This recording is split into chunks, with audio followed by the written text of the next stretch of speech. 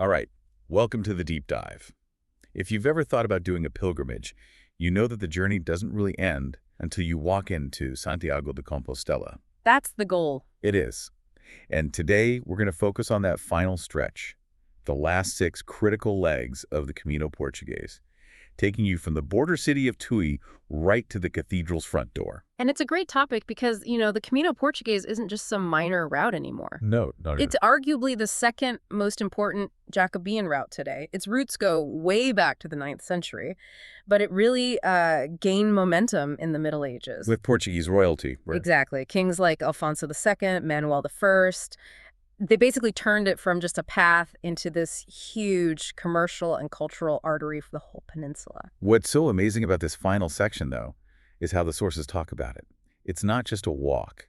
They call it a deliberate spiritual pedagogy. It's like a curriculum for the soul. The path itself is trying to teach you something at every stop. It really is. It uses the architecture, nature, the local traditions. They're all part of the lesson. And when you arrive in Galicia for this last stretch, you realize it's where everything comes together. All the different paths converge. Yeah, the central, the coastal, the interior, even the spiritual variant, they all flow into one. You're walking a culmination, and that's why these final stages are so dense with meaning. Exactly. So let's explore how that unfolds for you, the walker, starting with what's always the hardest step, the very first one. So we begin in Tui. And to get Tui, you have to understand its historical gravity. It's known as the gate of entry to Galicia from Portugal. It's more than just a border town, then. Oh, much more. It was an ancient episcopal seat, one of the 7 capitals of the old Kingdom of Galicia. We're talking high Middle Ages. It has weight. And the very first thing you do is cross a frontier, the international bridge over the Minho River. Right, built in 1886. And that's the first big lesson. You're crossing a visible border between countries, but what you're really doing is crossing the invisible frontier inside yourself. You're starting the inner quest. And the town itself seems designed to prepare you for that. It is. I mean, look at the Cathedral of Santa Maria. It's from the 12th, 13th centuries, and it has this incredibly fortified facade. It looks more like a castle than a church. So the idea is that the faith you start with needs to be strong, protected. That's it, a fortress of faith. But then you go inside and you find one of the region's oldest cloisters, which was built for pure contemplation. So it's that contrast. A strong defense on the outside, but a quiet, contemplative space on the inside. Exactly. And even before that, there's the pre-Romanesque Church of San Bartolome, showing just how deep the roots of prayer run here. And this conscious start was supported by a system of hospitality, right? A very generous one. In the 13th century, the Hospederia de Santiago offered free lodging for one night to any credentialed walker. Yeah, straight from the rule of St. Benedict. It was a commitment. So the lesson of Tui is clear. Yeah. You're not starting this walk to escape something. Yeah. You're starting it to encounter something. Yourself. The sources even suggest a prayer. Lord, may this Camino be my frontier toward you. It's about trusting the path, not just your own 2 feet. All right, so from Tui, we move into the second stage, from Oporrinho to Redondela. And this is all about sustained effort. It's not a long walk, only 16 kilometers. But the terrain tells the story. It does. You have this gentle but, constant climb up to a town called Mas, and then a descent toward the coast, toward the San Simon Inlet. It's actually the first time you can smell the Atlantic Ocean. And this stretch was always busy, historically. Oh, it was a major thoroughfare, commercially, spiritually, which is why you see the remains of so many old hospitals and posadas along the way. And that tradition of service continues. In Mas, there's the Church of Santa Eulalia, and it has an old pilgrim shelter, an albergue, attached right to it. Yes, and you also see this theme of rebuilding. The Pazo de Mos, a manor house, was destroyed in these huge peasant revolts in the 15th century. The Irmandinas. Right. And the fact that it was rebuilt is a symbol of peace, of restoration. The journey often requires rebuilding what's been broken. And then as you get close to Redondela, you see these incredible 19th century railway viaducts. They're massive. They tower over everything. It's such a visual contrast. This ancient path meeting this huge feat of modern engineering. It really is. But Redondela itself was always a critical reception point. The Hospital de Peregrinos de Santiago operated there right up into the 19th century. And the spirit of the journey is right there, the Church of Santiago. It is. They have this famous image of the apostle as a pilgrim with his staff and his calabash, the gourd for water. It's a reminder that the saint himself is a journeyer. So the spiritual lesson here is that life isn't a straight line. Not at all. The climbs demand constancy, but the descents, they demand humility. You can't rush them. The key lesson is fidelity, not speed. Right, there's that great phrase, el camino no premia la velocidad, sino la fidelidad. Exactly. The Camino doesn't reward speed, but fidelity. It's about showing up every day. And Redondella's history of hospitality shows that faith isn't just a feeling, it's service. It's perseverance through action. Now we move into Pontevedra, and this is where the dynamic really shifts. It goes from physical effort to something much more internal, contemplative. It does. The name itself, Pons Vetus, the old bridge, tells you it's a place of connection. It was a huge medieval port and a major Jacobean center built on ancient Roman roads. And this is where we find what might be the most iconic landmark of the whole route. The Santuario de la Virgen Peregrina, without a doubt, an 18th century masterpiece. And the architecture is the key. It's everything. The entire floor plan of the church is in the shape of a scallop shell, the Vieira. Wait, really? The church building is the symbol of the pilgrim. That's it. And inside, the statue of the Virgin isn't in royal robes. She's dressed as a walker, a caminante with a hat, a staff, a little pumpkin gourd. So she's walking with you.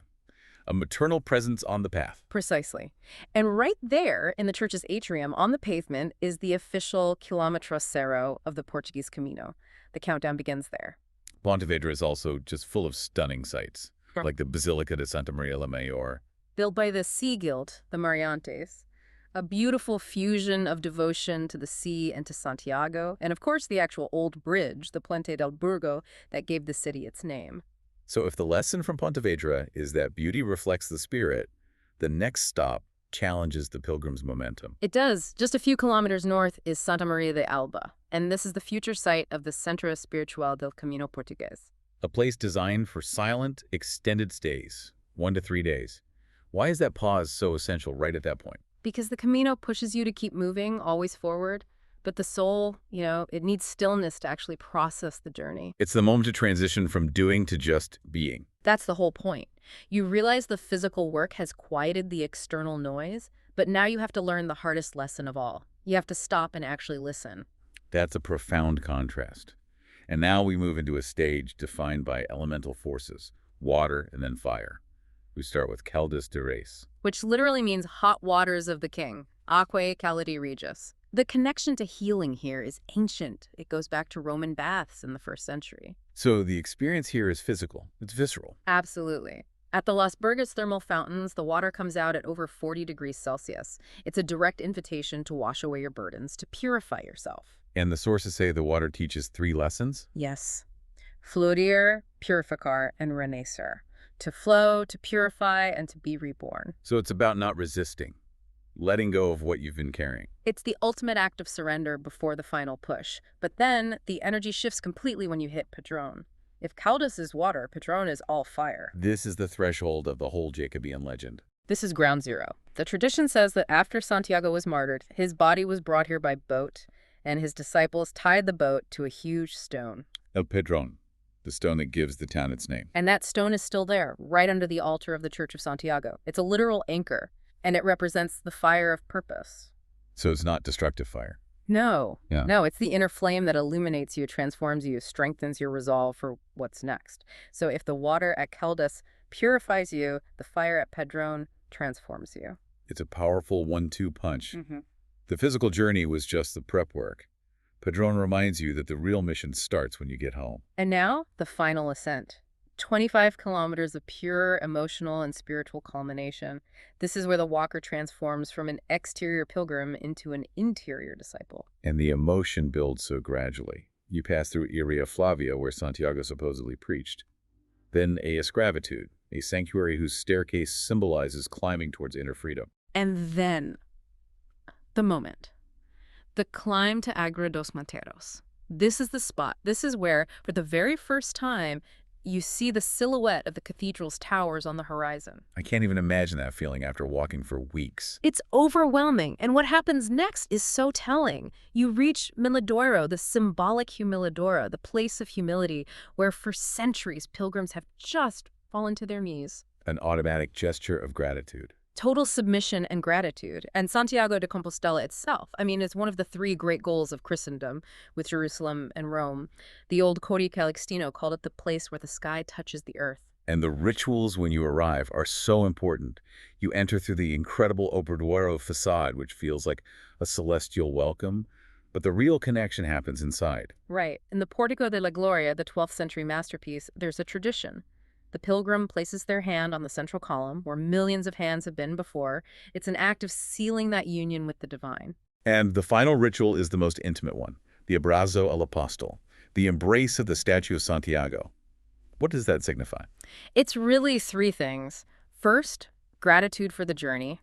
Second, delivery. You're handing over all your burdens and lessons. But the third and most critical part is availability. Availability. You're making yourself available for the mission that is just beginning now. The arrival is not the end. It's the true start. The pilgrim returns to the world to serve. Okay, let's unpack this and distill those 6 big lessons. It's an incredible framework. In TUI, you learn to start with faith. Right. Then on the way to Retondela, you learn to walk with perseverance, fidelity. When you get to Pontevedra and Alba, the key is to stop and listen. Caldas teaches you to purify and flow, just let go. Pedron comes next to reawaken your inner fire, your purpose. And then finally, arriving in Santiago teaches you that the ultimate goal is to offer service. It really is the path of the conscious heart. The transformation is designed to create a kind of spiritual leadership. The knowledge isn't meant to be kept. It's meant to be given away through action when you get back home. So since the whole goal of the path is to return to the world transformed, we want to leave you with a final thought. If the journey culminates in an act of service, what concrete action, rooted in gratitude and aimed at helping others, will define the first step of your new journey? Even if you haven't walked a single physical step, remember the final promise of this Camino. No has venido solo a llegar, sino a volver diferente. You have not come only to arrive, but to return different.